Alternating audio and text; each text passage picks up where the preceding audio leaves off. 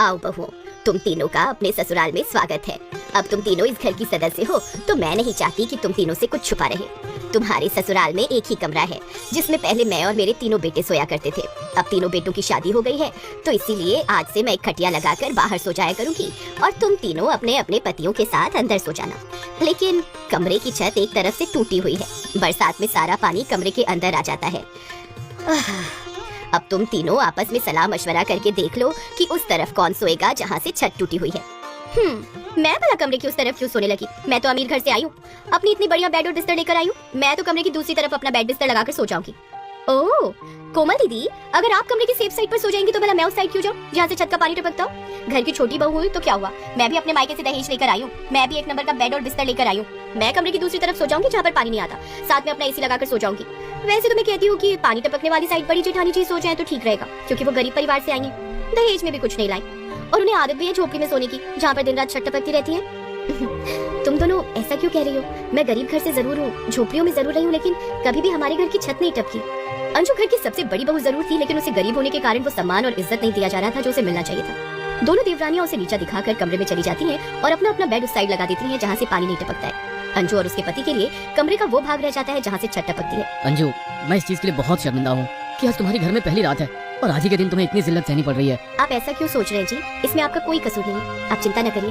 क्या पता आज रात को बरसात न आए और छत से पानी न टपके। कोमल, मेरी तो यही समझ में नहीं आ रहा है कि हम तीनों भाई अपनी अपनी पत्नियों को लेकर एक ही कमरे में सो रहे हैं, तो हम सुहागरात कैसे मनाएंगे? रामन, तुम तो मुझसे बात ही मत करना। क्या जरूरत थी बड़े घर की बेटी से प्यार करके उससे शादी करके? मैं तो कहती हूँ अब तुम सुहागरात के सपने छोड़ो और चुपचाप सो जाओ। आय हाय, आज तो तुम बहुत खूबसूरत लग रही हो, जरा हाथ तो लगाने दो। पीछे हटो जी, शर्म नहीं आती आपको? आपके बाकी भाई और भाभियां भी हमारे साथ इसी कमरे में सो रहे हैं। जब तक हम सब एक कमरे में सोएंगे तब तक आप सुहागरात मनाने का ख्याल अपने मन से हटा ही दो। इसीलिए कहती हूँ अगर सुहागरात मनानी है तो एक नया कमरा बनवा लो। धत तेरी की, इसका मतलब जब तक हम एक ही कमरे में रहेंगे और जब तक नया कमरा नहीं बनवा लेते तब तक हमारी सुहागरात ही नहीं बनेगी। सभी एक ही कमरे में सो रहे थे, इस वजह से कोई भी सुहागरात नहीं मना पा रहा था। थोड़ी देर में सभी सो जाते हैं। उधर अंजू और उसके पति मदन को बहुत गर्मी लग रही थी। अंजू की देवरानियां और देवर तो मजे से एसी और कूलर लगाकर सो रहे थे, वहीं मदन और अंजू को गर्मी से पसीने छूट रहे थे। ये गर्मी और ये बरसात वाला चिपचिपापन मेरी तो जान ही ले लेगा। क्या हुआ जी, बहुत गर्मी लग रही है? रुकिए मैं निधि से बात करके देखती हूँ। वो लोग एसी में सो रहे हैं, क्या पता वो हमें बेड पर एक तरफ सोने के लिए थोड़ी जगह दे दे। निधि बहन सुनो तो।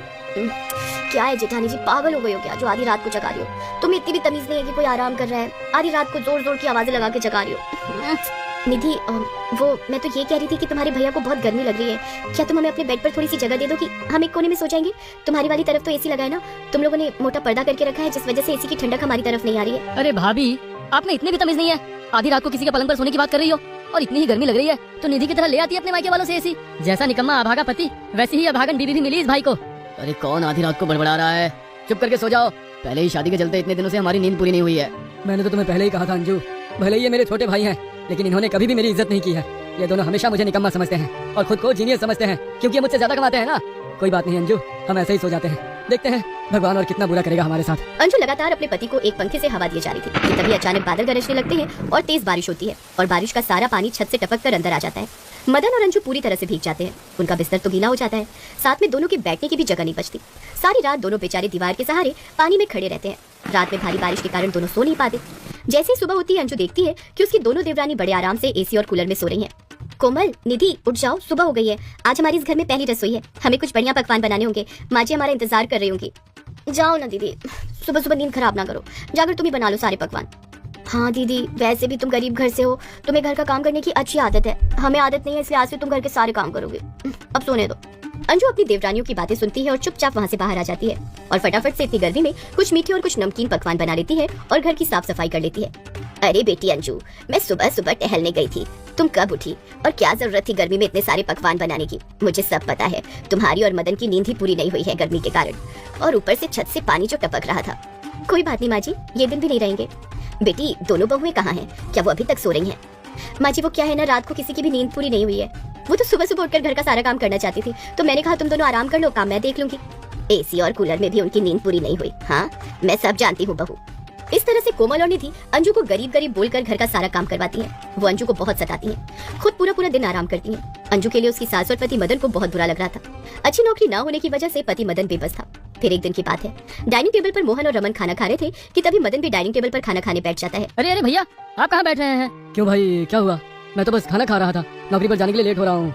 खाना खाना है तो जमीन पर ही बैठ सकते हो ना भैया, डाइनिंग टेबल पर बैठने की तुम्हारी औकात नहीं है। और अगर तुम्हें डाइनिंग टेबल पर बैठने का इतना ही शौक है तो मंगवा लो अपने ससुराल वालों से दहेज में डाइनिंग टेबल। ये डाइनिंग टेबल निधि की तरफ से आया है, तुम इस पर नहीं बैठ सकते। तुम सही कह रहे हो मोहन भैया, जब औकात ही नहीं है डाइनिंग टेबल पर बैठने की तो क्यों बैठ रहे हो।